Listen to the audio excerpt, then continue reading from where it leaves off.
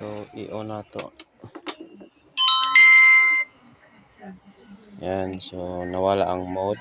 Pero, ibuton ako na sa hall sensor niya. Kanya nga wire. Yan. So, makita man siya. Pero, nag-indicator ang motor. So, na-eye out siya hang hall sensor. Kagahit ka. Ganun lagi.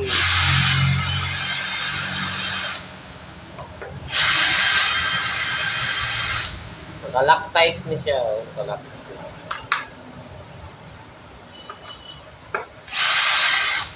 Wala mong lock-type niya. Yan ah. Sit aside.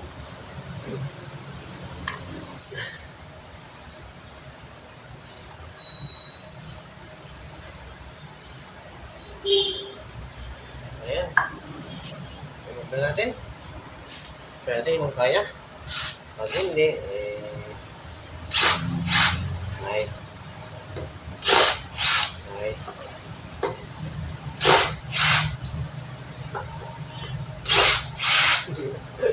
Lakas nga siya.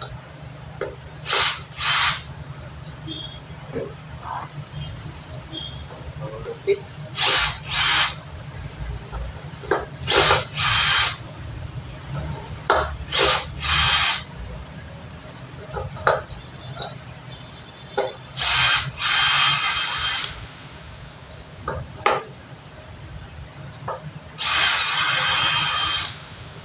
Yan, may ano to. Loctite. So, pag ibalik natin ulit, putangan na po na ito Loctite. Para maging ano niya. Sealed niya.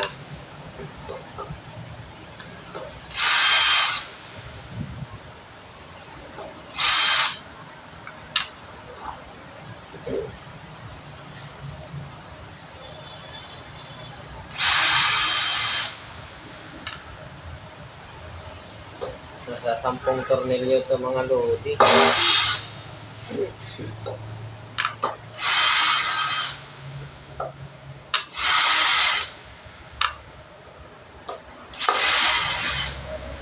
Yan. Ayan na siya. So, paangat dito. Baga, igagana natin ito mga nuts.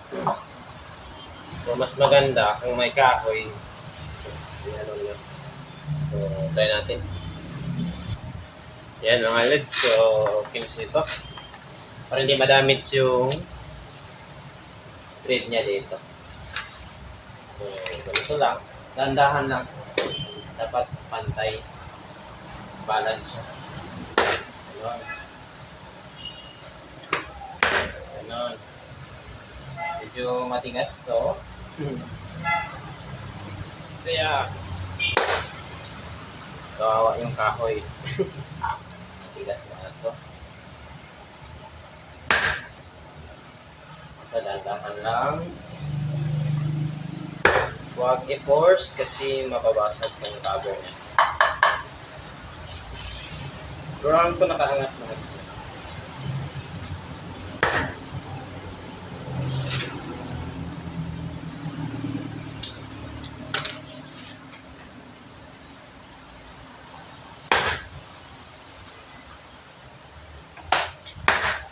Yan, matigas pa din. Matigas pa din sa loob eh.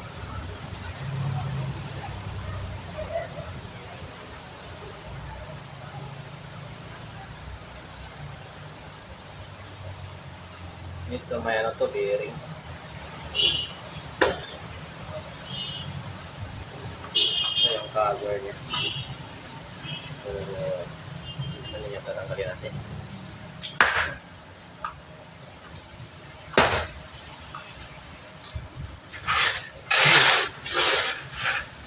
Ayaw pa din.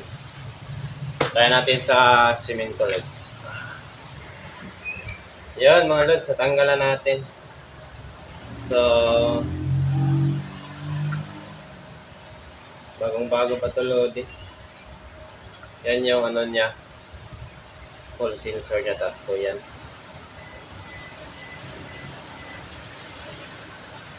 So, titingnan natin kung saan dito yung may sunog.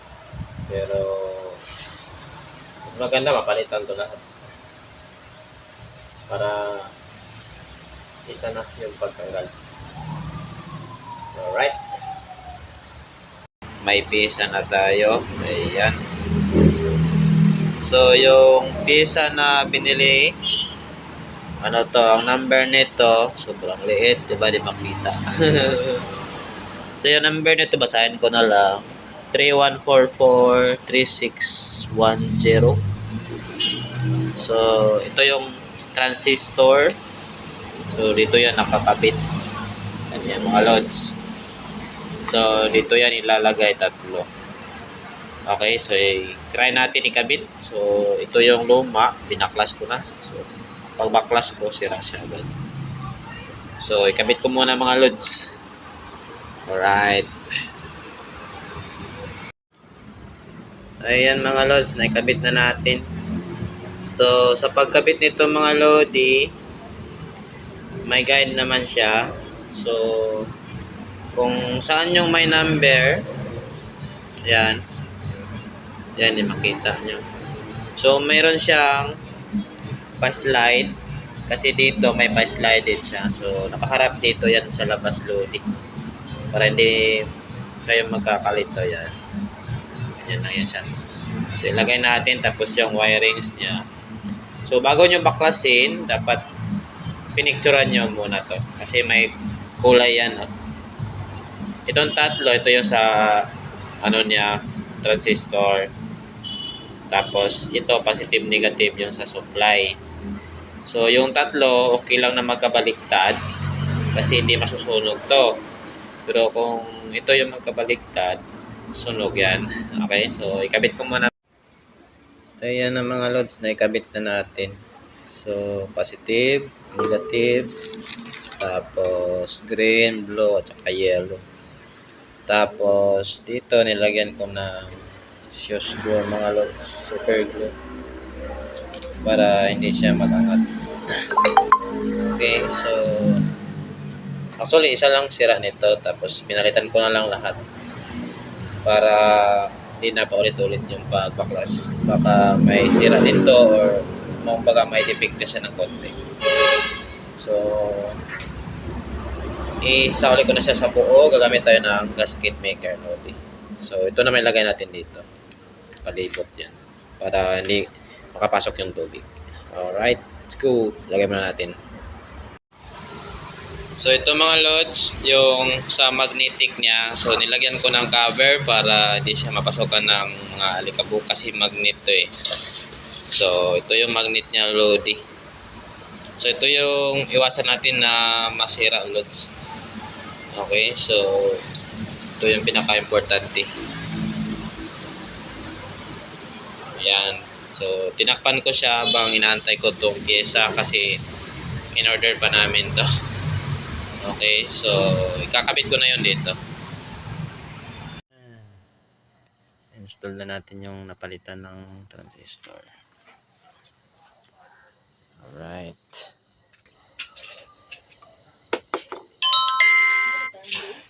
Yan na siya yung mode.